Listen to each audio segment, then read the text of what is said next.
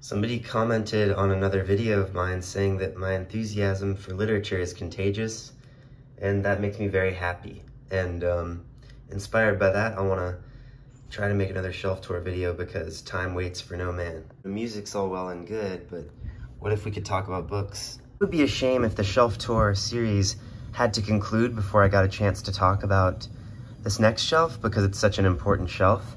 It contains a collection. So I'm gonna try to wake up my voice and just get through it because it would be really great if I could do that. And then immediately following this recording, I'll need to go and take care of some high priority chores. So here I go. I have to turn off the AC for a second because it's kind of blowing on my camera. There's better light up here at the table where it's all cluttered. So here I have two copies of, so basically this shelf contains my Ashbery collection and some other things. So there's this, to begin with, we have this, we have two copies of Rivers and Mountains by John Ashbery. So remember how I used to have one of these and I was like, oh, this is my favorite cover of an Ashbery book that I have because of the way the lines look and everything? Well, I was able to locate another one like on clearance. Like it was very easy to acquire. So I thought, well, in the sense that, like recently I found some pants, you know, that I really liked. And it just so happened that the thrift store I was shopping at, my good fortune allowed there to be another pair of pants, the same pair of pants, same size, same length, same waist, same material. And I was able to get duplicates. And I thought, well, the ones that I do work in will be will be the first ones that get a scuff, and then I'll mark that, you know. And then in this case, the one I will do work in is the one that was printed later. So you can see, I think this one has in the also by John Ashbery section, it goes all the way up to April Galleons, and it has 3 plays on there, that grail I was talking about. And you can see here it says third printing 1988. This is the second copy that I got. This is my the copy I found to be the duplicate, and it's been the one I've been taking out. Whereas the one that I kind of use more as an art piece, you can see is a little bit, I think it's a little bit earlier. I think it was published more like in the 70s or early 80s. And you can see in the front that we were only to self-portrait in a convex mirror, which would suggest that this copy's from like 1976 or 77 or something. Okay, so yeah, that's these 2 copies of Rivers and Mountains. Here you see them, just their spines. They're from Echo Press, and they're not, of course, my Grail Rivers and Mountains. Like, I want that one that looks like it's mountains on the top and then it's their reflection in a river, but it just accomplishes that by a bunch of kind of parallel squiggles. And yeah, and also I think there's another Rivers and Mountains that looks good, but I don't remember at this point. But oh yeah, there might be one. No, I'm thinking of Double Dream of Spring. Anyway, next thing in the collection is this copy of The Tennis Court Oath by Wesleyan University Press, a recent acquisition. Note the textured paper. Note that it's just a second printing, February 1967. Note that there is water damage up in the corner there. It's a good one to read Europe in. I think Europe is an underrated poet. I think more collections of poetry should include the place that you went through to get to where you landed. I think they should include like lots of the final product, and then it would be really cool if there was like a show your work portion of the collection of poetry, kind of like you had to turn in your work whenever you did a math exam so that they would know you weren't cheating. It's like, if you show your work in a poetry book, then it's like we know you're not cheating, and we can also kind of see if there are any interesting findings that you may have missed in your kind of thrashing around that we might be able to salvage and make into official theorems. Then we have A Nest of Ninnies in the Dalkey Archive edition by John Ashbery and James Schuyler. Read by me, has this nice kind of short typography. Read by me aloud. There's the Dalkey Archive thing, and kind of a relatively nice Dalkey Archive. I like a shade of yellow. I think a shade of yellow from Dalkey Archive is a bit rare, especially since they're publishing everything with the red spines now. And this is a great book, and this is an extremely inspiring book. I think about it often because I think about how this is kind of a book that was written at the point of writing a book where you're stuck for ideas, I think, and you're just writing sentence by sentence, which is a nice place to be. And this book kind of proves it. Yeah. First Dalkey edition, 2008 is what this is. So this is from that reprint. I'd like to see correspondence about allowing this reprint or permitting it. And, you know, it would be really cool for John Ashbery to be introduced to this press. What would he think of it? What would his favorite offerings be? And then we have Hunky John 3 poems in 2 editions. I'm just gonna let this kind of ring out for a second. I'm highly proud of my John Ashbery collection in terms of the material things that I own. And not only did I never think I was gonna get one standalone copy of 3 poems, because at the time when I was first looking for it, even the Penguin editions that have the marbled cover or have the little abstract drawings, even those were like, they seemed to have very, very, very high eBay prices. And so I lucked out and got this like really nice, this is the Viking, like, I think like trade paperback that went along with the hardcover. And then you have here the Penguin mass market paperback that came later, and I think it came after, well, you can see a price comparison. This mass market one was $2.95, and this one was $2.25, so that suggests a difference in era, you know? Like this was probably, I'm guessing late 70s, early 80s, and this is early 70s. Yeah, published in Penguin Books 1977. You can see that contents there, the New Spirit, the System, the Recital. I thought that if I could put it all down, that would be one way. And next the thought came to me that to leave all out would be another and truer way. Clean-washed sea, the flowers were. These are examples of leaving out, but forget as we will, something soon comes to stand in their place. Not the truth, perhaps, but yourself. It is you who made this, therefore you are true. But the truth has passed on to divide all. This is a good thing to keep in mind as I face the necessity of leaving my Shelf Tour series woefully incomplete. You can see that the 1977 theory is substantiated by them being able to mention up to houseboat days.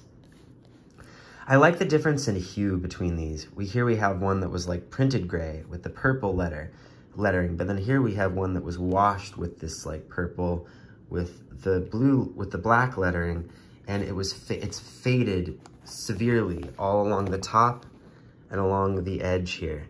I wonder what book of poems was directly next to this on a shelf by a window that allowed for this pattern of fading. Yeah, so proud of those. Yeah, one thing I wish is I kind of wish I had a 3 poems where the spine looked a little better.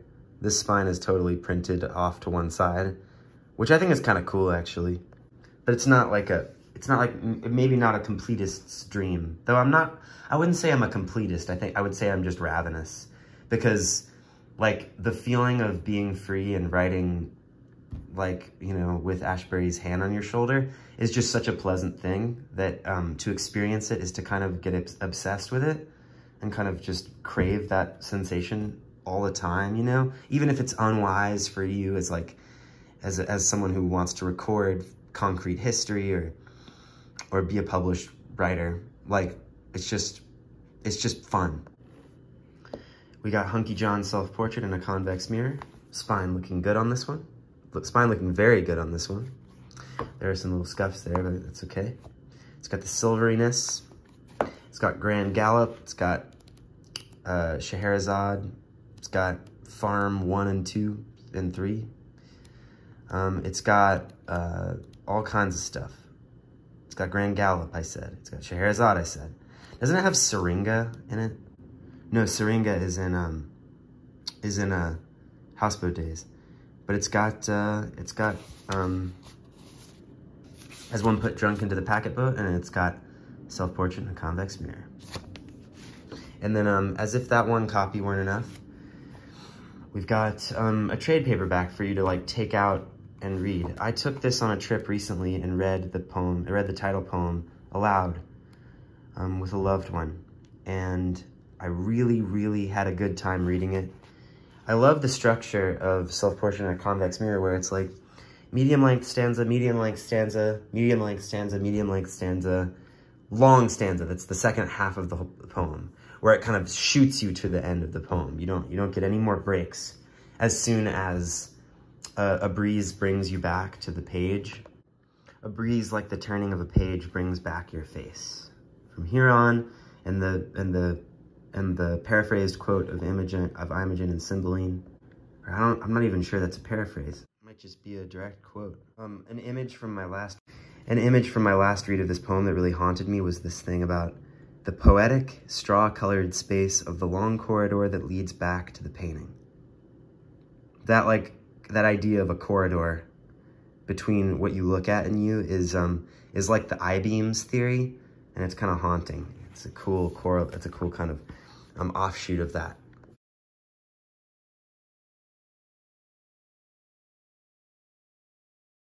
Moving on, we've got another Substack here. So we've got Houseboat Days, very taped up copy. It's like a pretty early paperback of it. I think it's like a paperback, kind of soon after it first came out. Soon after it first came out. I got it in New York City at the Strand, and then I was reading it on the subway, and a poet lady gave me her card and asked me to email her, and then I emailed her and she never emailed me back. So maybe I got her email wrong. Did I show you all the slip in here? It's worth looking at again. Erratum. Due to an unfortunate typesetting error, a line has been printed in an incorrect position. Line 6 on page 83, falling back to the base again like a fountain, responsible, should be deleted. It appears in the correct place on page 88. Only in an Ashbery book would such a big error be excusable, because you're like, okay, well, have you read the rest of it? How am I supposed to know which of these lines should be deleted? There's always that vibe. There's always that vibe of there being just a poetic typo. I feel like that's a whole poetic style, the poetic typo, where your book has a typo and you're like, oh wow, that phrase is kind of gnarly. I feel like I don't have any examples to hand of that, but anyway, I've probably covered all this in my Ashbery video, but I just thought I'd bring it back to you. It's interesting, when I first encountered Fantasia on the Nut Brown Maid, it was just in selected poems where they just have the end, they just have the envoy, and then I was like, oh shit, it's like a whole poem that leads up. That's all of these discrete, it's all of these little sonnet style chunks, like that poem Fragment or something.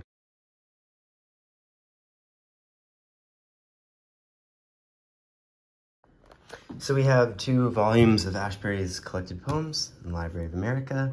This one's more scuffed, this one's more read, this one's more taken out, this one's the one I'm more proud of, this one's out of print, you can't find it.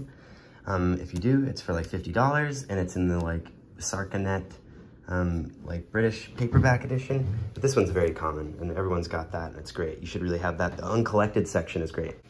I might have to come back to this shelf tour later in the day, but these are the 2 Library of America volumes of Ashbery. I could talk about these in great detail in standalone videos. I'll just post lots of videos. This shelf tour is getting me really excited about the prospect of just making more videos where I just kind of talk more vlog style kind of stuff, where I don't really have to have all my thoughts worked out beforehand before I do anything. I don't have to actually have read it really closely really recently. I can just kind of make dispatches, I feel like I've said this a lot, but anyway, I'm getting excited. And then we got a Hotel La Tremont in the paperback, and then we've got And the Stars Were Shining, more of a recent acquisition, and a nice hardcover. It's a Farrar, Straus and Giroux publication. I think it's from toward the beginning of the Farrar, Straus and Giroux association with John Ashbery, and this embossed thing shouldn't go unnoticed. I want to let that just kind of shine in the morning sun while I have a sip of my water that I very much need. And the The dust jacket just closed over it, but there it is. Voila. It looks like originally this was like listed on a, or this was put on a shelf for $30. First edition, $30. It was put, but then like somehow I got it for like way less than that. So that was a real come up. But yeah. So anyway, Hotel Lotrement. We got some great '90s editions here. I had somebody comment recently, and they were like, "Should I shell out for selected poems?" And I was like, "Wow, I really have an embarrassment of riches. I have like, or should they shell out for notes from the air?" And Notes from the Air is going to give you lots of goods from these 90s things. But of course, the ideal thing to have is this thing that just isn't available anymore, where it's just the 90s. I mean, like, how dreamy could a book get? I think its dreaminess speaks to its placement firmly in a niche that has rendered it firmly unprintable, that has made Library of America say, no more printing these. No one's buying these for $40 except for Leafy Concern. In a way, I think it's kind of fitting that my video on the shelf that contains the Ashbury collection that I've already talked about at length would be a video that suffers from the same kind of digressions and ADHD kind of thing that, and the kind of distractibility and the kind of flightiness that makes some of his poetry so wonderful. Although I do think that Ashbury's ability to concentrate is underrated. Can You Hear, Bird? FSG edition. I think the FSG was making the actual physical books a little bit better by embossing things, by making the spines so good. I think that was, I wonder what ended that association. I wonder if it was like the failure of a certain book or something. Here we have, oh yeah, okay. So, what do we have here? What do we have? Yeah, 1995. First edition of this. So I'm very lucky to have that book too. And then we have Girls on the Run. So remember I was showing you my copy of Girl with Curious Hair, and it was like all pale. I think it was because it was doing this, and then I peeled up that plastic layer and it took off all of the cover with it. So I don't do that really anymore, except if it's with a book like that where it's like there are so many external associations that it actually kind of is nice to remove some image from it. This is not a good image to remove because this is actually an image by Henry Darger, an image by the person who like inspired this. So this is good to have on hand when you're reading such things as I feel that this is a letter being delivered to me, haply at dusk before night's purple wrinkles have shifted the scenery, perhaps dolorously into death and the storm tinged future of lying and social regret. This is the FSG paperback of Girls on the Run. I think I wanted this because I was reading it aloud from here, and I wanted a standalone of it to do that in. Anyway, Girls on the Run, more 90s gold. I think I had things arranged on this shelf somewhat chronologically. Here we have a shelf that's actually got some sort of organization to it. I arranged things somewhat chronologically, so you see all these 90s things are sort of like butting up against each other, just like those 70s things were all butting up against each other earlier in the video. And speaking of the 90s, here we have Other Traditions by John Ashbery. This is like all that audio I told you that was on Pen Sound that you can listen to that has him reading these lectures. I think that's from 1990. The embossedness on this isn't as good. Don't emboss here, emboss here. That's what I think. That's what the law should be. Get It Straight, Harvard, published around 2000. Yeah, this is a really great book I want to talk to you more about soon. And I like the package that they did it up in. It's such a vibe. It kind of looks like a graphic design company's brochure or something. It's got like a little grunginess to it. It's got some 90s-ness. Oh, this is such a goodly stack. This is such a goodly stack, and I'm very glad to have all of these books. Now, if you're watching and you're thinking, wow, he's really rushing through all of this early in the morning, and he is not really, and Leafy is not really lingering on these books enough to say anything of value. Well, number one, that's kind of characteristic of this channel, and then number two, do not worry, I'm going to be talking about these books many, many times in the future because I'm obsessed about this. I'm obsessed with finding meaning in collages. I'm fascinated with this figure in poetry. I'm fascinated by the books. I'm going to be talking about this a heck of a lot, thousands of times in the future, because you might say that all I know is this little bit about these little books. Here we have Here we have from a similar era, from a similar era to other traditions, we have selected poems. It's the texture paper edition. It was purchased, used from the Seminary Co-op bookstore. I've somewhat recently had to do a packing tape fix on the side of it. The packing tape was going a little too far and it was kind of peeling up, so I clipped off a little edge of the packing tape recently. But this book is holding up. It's still my go-to Ashbery. It's still what I take on a road trip if we're gonna read aloud, or if I'm going to go camping or something and I just need it around. It's the one where when I got it, it had this "No More Okay" written in it. It's got some notes, you know, I define things. It's got the text of those, you know, those self-portrait poems. Here's Syringa, you know, if you don't have a standalone of Houseboat Days. Harold Bloom, if you're Harold Bloom and you're back to the world and you don't have a standalone of Houseboat Days, you can just lay hands on one of these selected poems. I think this is like maybe the most common Ashbery book, but this is not a commonly loved one. This is an uncommonly loved Ashbery book, and it remains my go-to. I think this and the Library of Americas end up being like my references. Like I go here for the famous ones, and then for anything else from 1956 to 2000, I basically go to the Library of America. So we're kind of, you know, we're getting up closer to the present day relevance. We're getting away from kind of 90s artifacts and 70s artifacts. I don't really have any 80s artifacts. It would be really nice to have standalones of A Wave, April Galleons, and Shadow Train. Ugh, Shadow Train would be great. Notes from the Air, here you go. You know, we got Notes from the Air. I wish I could just sort of like, I wish I could sort of just clone this and send a copy to whoever wants it. This is a great book. I remember, it's really great.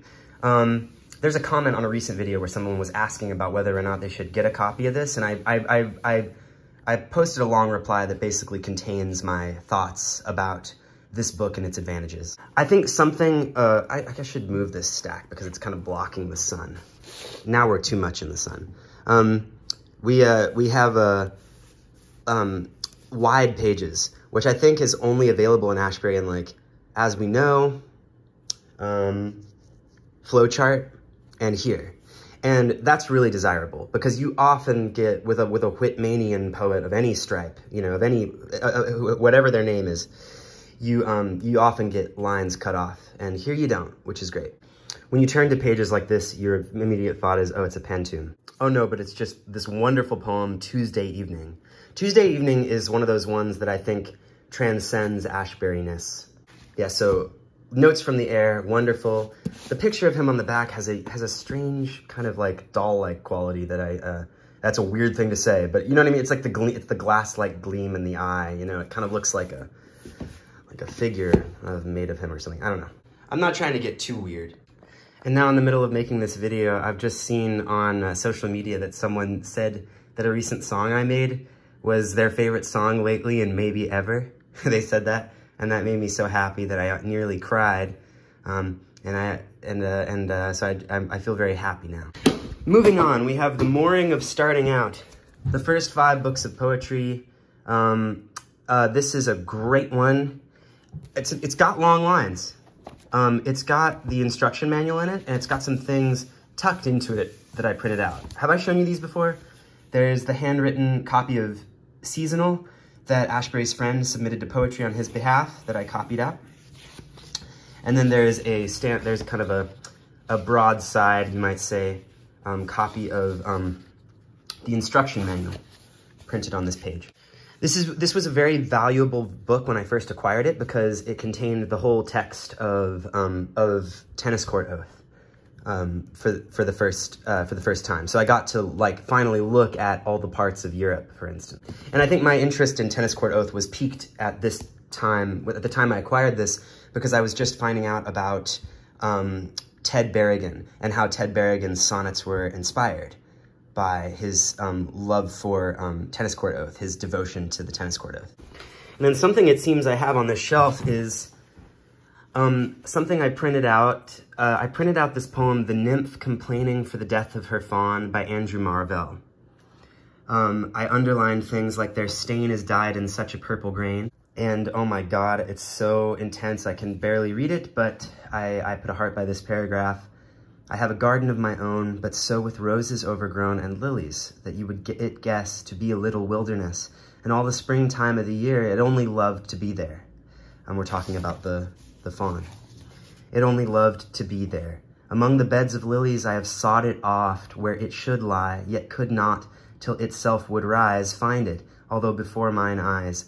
For in the flaxen lily's shade, it like a bank of lilies laid.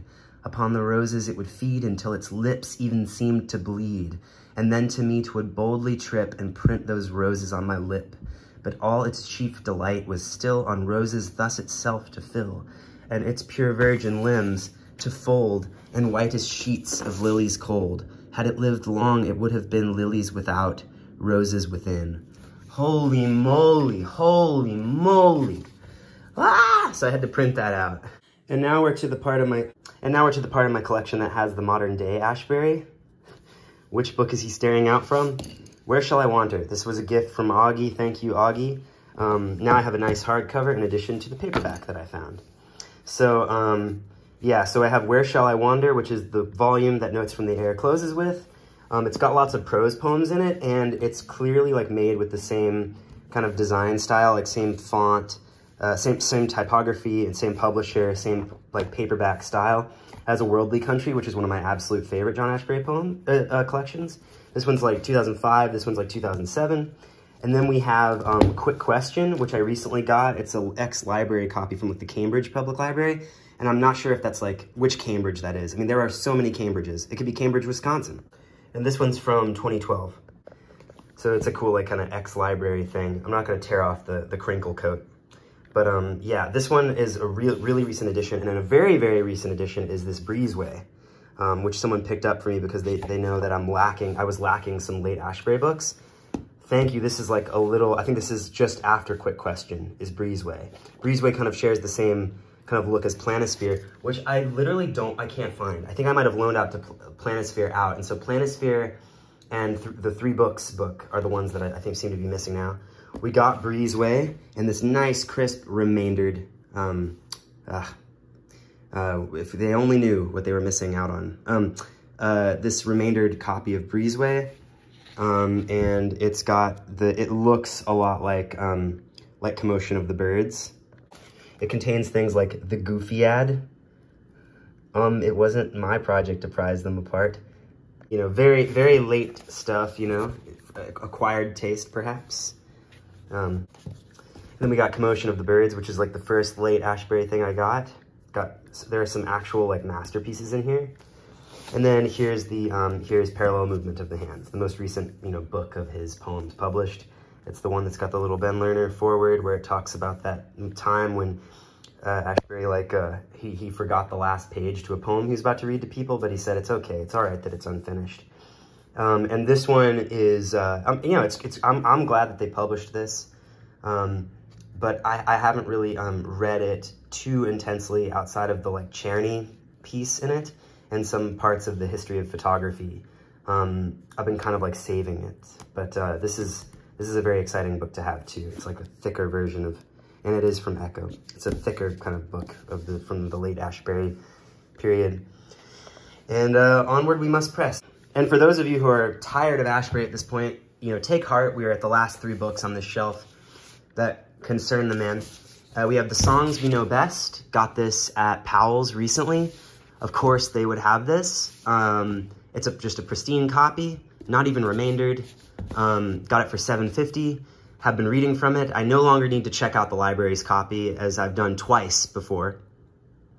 I can just consult this for stories like, you know, like the poems that were first read of his in New York when he was a child. All of his despondent trips back to Sodus.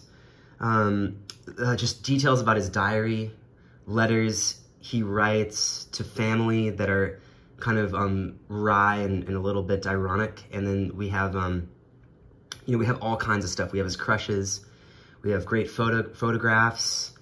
We have, yeah, we have, you know, stuff about how Kenneth Koch won prizes that Ashbery didn't, which seems kind of backwards now to some. Just a great, a book I needed in my collection like nothing else. French translations prose. I want to start with the fairy tale in here. The White Cat. He has public translations of Roussel in here. Reverdy's Haunted House in his translation. That's something I want to get to next too. We have De Chirico. Yeah, I think I'm like most interested right off the bat in his translations of Reverdy, De Chirico, Marie-Catherine d'Aulnoy, and Roussel. But of course I'm interested in all the others. Odilon Redon. Wait, that's that guy who did that picture that I love so much of that head floating above the boat on the water, right? Great artist. This is I should read that too. There's just a bunch of great stuff in this book. It's not really too commonly found anymore, but I remember when I was in college, this and its companion volume of translations of poetry were on the shelves at the co-op. Then we got Reported Sightings. Not an impossible book to find, an essential book to have. Read the Jane Freilicher foreword. Recently I read the Jane Freilicher foreword, and it felt like I finally, like, could call myself, like, friends with this author. And it sparked tears. It'll remind you of your friends, I think. I think it'll remind you of what you've taken from the people who've loved you, who haven't even been, you know, related to you technically. It's a very moving piece. So that's that for that segment of this video. But now there's more stuff to look at. We have The Lunatic, recent St. Vinny's find. Ashbery talks about The Lunatic itself, that poem, on the New Yorker Poetry Podcast. Late Simic is hated by many, it seems, but also loved by others. I think it just, you have to know how much to expect from it. I think you should expect more of a gentle nudge than a thump on the chest, you know. Kill or Cure by Anne Waldman. This is a book that I don't know why I mentioned it. I made a video one time where I was like, oh, I thought about Jack Kerouac this morning. That's the kind of channel this is, where I say stuff like that. And Kill or Cure is a book of hers, a long book of hers, that I got because I really like Makeup on Empty Space, and I really like what I've read of Fast Speaking Woman. This is just a good book. And putting my hand to my body, examine a body, and putting it thus to a body, examine a body. I stroke the top of my head from the part down. The hair is asymmetrical. It's not, like, yeah, so she's cool. I like her a lot. She writes, I feel like her ideas for her poems just are stuff that appeals to me. We got Beginnings by Carol Lynn Pearson. Had I been born to other centuries, how pleasant to stretch in the sun and choose from all life's possibilities this one or that. To prove the earth is round, or tame the ocean, or write a dictionary, or expound on Shakespeare's subtle irony. But these are daytime jobs, and as I was born to time's Saturday night, my ordained task is to kindle the Sabbath light. From a writer of pleasant things. You must forgive this tendency of mine to believe the world holds something good, something fine. The habit has troubled me from childhood, when I even preferred to build a snowman than to take a romp through the garbage can. To the Christian now blessed with roses instead of tar and feathers, remember Aesop's tale of the traveler? Please note the wind failed to make him shed his coat. It was the sun that won. I love the way this book looks. It looks like a Black Sparrow Press thing, but it's not. It's from Trilogy Arts. This woman is from Utah. Oh, wow. Look at this. Look at these comments. From a citizen of communist East Germany. From a housewife. Yeah, this one's valuable. It's also kind of nostalgic to me because I think I bought it when I was like driving around Knoxville with my mom. We've got Selected Early Poems. You know about that. It's a lovely paperback of Simic. Here's the first Simic I ever got. My Noiseless Entourage, a book that I enjoy.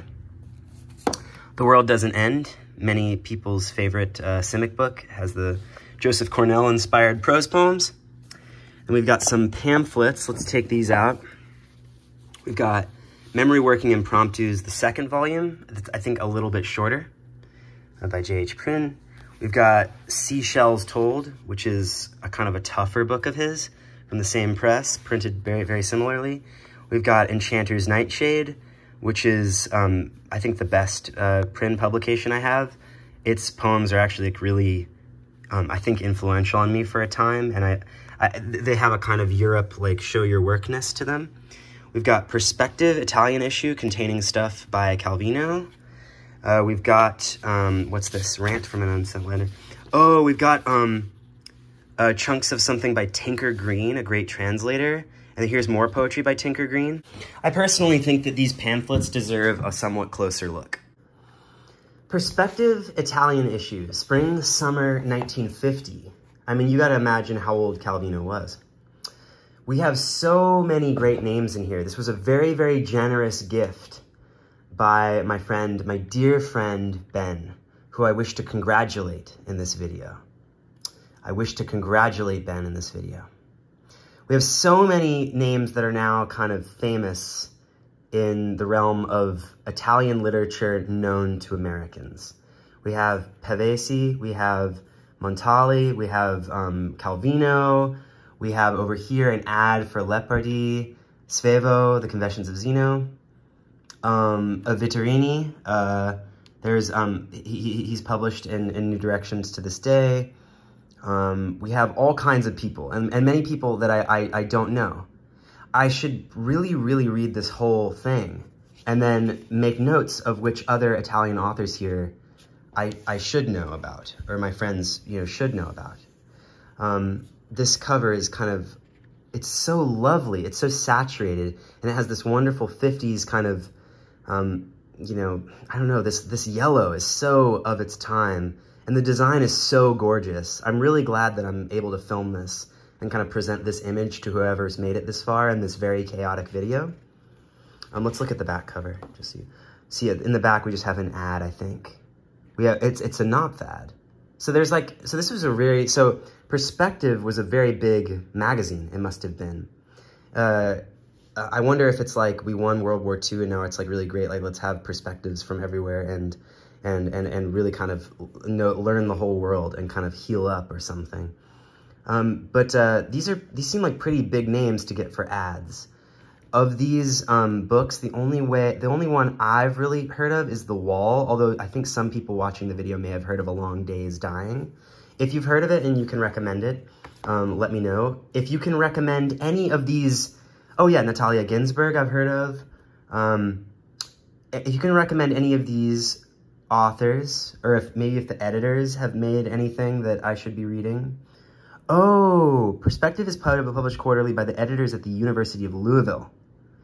That makes a lot of sense. So it's a University of Louisville publication. Very nice one at that. Goodness. I bet this New Directions book of Italian poetry in modern translation. I wonder if this professor at the University of Kansas is known to professors at the University of Louisville, and if they ever got together back in the 50s or 40s. Here we have The Cat and the Policeman by Calvino, which I don't think I have elsewhere in my collection. It might be in one of my copies of the Complete Cosmicomics. Huh. Oh, where are the Complete Cosmicomics? They should be there. Oh, I wonder if Numbers in the Dark's got it. Numbers in the Dark is a great kind of starter Calvino, I think. I think if you're trying to recommend to somebody, okay, blah, blah, blah, don't see that. Oh, here you go. It should be here, right? Fables and Stories, 1943 to 1958. What? So it's not here. So it's not in Numbers in the Dark. I wonder who translated it. Does it say? The seizure of hidden arms had begun in the city some time before. The police mounted their little trucks, on their heads the leather helmets that gave them a uniform and inhuman appearance, and away through the poor neighborhoods with a blowing of sirens towards some craftsman's or workman's house to disarrange the linen in the chests and dig up plants in their tubs. In these days, a hurting anguish seized upon the soul of Officer Baravino. So we see some Calvino hallmarks. We have a fixation on cute little trucks and the system of the city, the neighborhoods. the sounds, the abstract sounds and arrangements of a city, the objects in it, and then in early Calvino, this realism, to talk about a more kind of just like a social realist kind of atmosphere. It's very cool to have this story. So there's that, there's Numbers in the Dark. And then I really just wanted to linger on this more. I think I might have mentioned Enchanter's Nightshade at some point on this channel, but I really want to really give it the time of day. I want to just highlight it again. It's such a lovely book of poems. This is like a risograph of this actual Enchanter's Nightshade. You can see the tooth of the paper. Face Press in Cambridge doing these wonderful things. And then here's kind of what the poems sound like. Curtail extra by untold interview. Label signed wind tremor, admit and glance. Pain to them for all attachment. Admit and glance pain to them for all attachment. Contact aureole and turbid twin. They have this immediacy, an imperative quality, but you only get kind of what the directions suggest for you to do. So you feel really motivated, and you feel really motivated to do something like in a dream. It's really lovely, and it's very intoxicating. It's really fun to write a poem after you read some of these. I think these later ones in the book that are kind of shorter look more like the things that are in memory working. Like if memory working is the kind of Europe show your work thing that this is the result of, I think that there might be something there. I think it's interesting how on the shuffle of all my shelves, the memory working impromptus got separated from its other volume. This is volume 2. I decided to get the pocket size. Everything looks the same in it though. It's got the same kind of title page, but it's just printed a little smaller. You get things like the crimson nubs extrusion, pushing up through the debris nestled in case to hover closely, as good fortune in a windfall profile, ready for red seasonal remarked there. You get like a kind of a positive feeling from that, but also kind of a weird, efficient kind of government, you get kind of a weird fascist sense from it too. What am I saying? Yeah, this is for fans of Paperbird probably. I bet Paperbird would like J.H. Prynne. Paperbird, do you like J.H. Prynne? This one's harder for me to get through. I was making a list of all the, I counted up all the words in them, and I wanted to count how many of them were words I'd never heard before. This one's more of a maybe it's supposed to be more buried under the sea and more containing more weird deep sea creatures in terms of word. You get things like dulcimer, bankrupt, tongue-tied, trolley, privet, indult, molt. What the heck? Granulitic spathe. So it's really the language feels more like it's describing features of strange deep sea creatures. Here we have books by Tinker Green. We have a signature by Tinker Green in this pamphlet. I'm so hyped to have this. The clock ticks, birds tossed by the wind, a blinking tower at the top of the hill, dream houses under perpetual construction, light that's been traveling for thousands of years, a scattering of stars, a flurry of marks, notes that together form a chord, end of the season, the outline of a hand appears in the sky. Postscript. The others have left, streets empty, growing darker, stained carpet in the hotel corridor, hesitation, return, fragments of a faith forgotten, the painted door which leads to a new life, blends in with the horizon. The nights are adorned with garlands of glitter, and the mournful sound of a railroad horn, the sun made of water. I like this poem a little better. This is great. And then I've also got Flaming Serpents in the Desert by Tinker Green. It's not one, but two there. I think they were sent along with, they were mailed to me along with some of his translations of Reverdy, which are on another shelf. And now it's the home stretch for this very long and chaotic episode. We've got The Snows of Kilimanjaro and this little Scribner edition. I've resolved to give this away because even though it takes up little space, I just think it could be nice to get rid of, because I have the Finca Vigia edition of all of the stories. I even have a copy of In Our Time in addition to that. So I have plenty of books that contain his stories. So these are all duplicates. And I just happen to know from being in used bookstores all the dang time that these Scribner mass markets of Hemingway books are very commonly, they're kind of easy to find. And then we've got the collected stories of Lydia Davis. When I got it, it had like library crinkle cut all over it, and I tore that off back in the day. It was a discard, a library discard. Got a stain on it. But this is, yeah, this is a great book to have. Oh wow, it's discarded from the Chicago Public Library. Wow, exposed. Break It Down, Almost No Memory. Samuel Johnson is Indignant. Varieties of Disturbance. I guess just up to Varieties of Disturbance? Am I missing a page? No, I'm not. Just up to Varieties of Disturbance. So anyone with Can't and Won't should keep that copy of Can't and Won't if they get this collected stories. I've been tempted to buy her collected essays things where it's like in 1 volume, 2 volume, 3 volumes that are in this uniform edition because of how I've been enjoying the essays of hers that I've been finding in the Paris Review. Especially the ones where she talks about photographs she likes. So, yeah, this is a cool one. It's stayed in the collection because otherwise I would have to buy like 6 books in order to get this much Lydia Davis to have on hand, and it's such a compact package anyway. It's like not really taking up that much space for being an entire library of her work. Then we've got 8 lectures on the I Ching. I intend to give this to a friend as a gift because all of those lectures are already in here, as I've said. And then to close out, we've got my I Ching, or Book of Changes, the Wilhelm Baines version, Bollingen Series 19. And if I had more time, I would close out the video by consulting the Coin Oracle, but we can consult the Coin Oracle later. Maybe it could be a recurring series or something. But it's my beloved I Ching. And on that note, we conclude. I'll cut this video together and go do those urgent chores that I've now put off by like 45 minutes.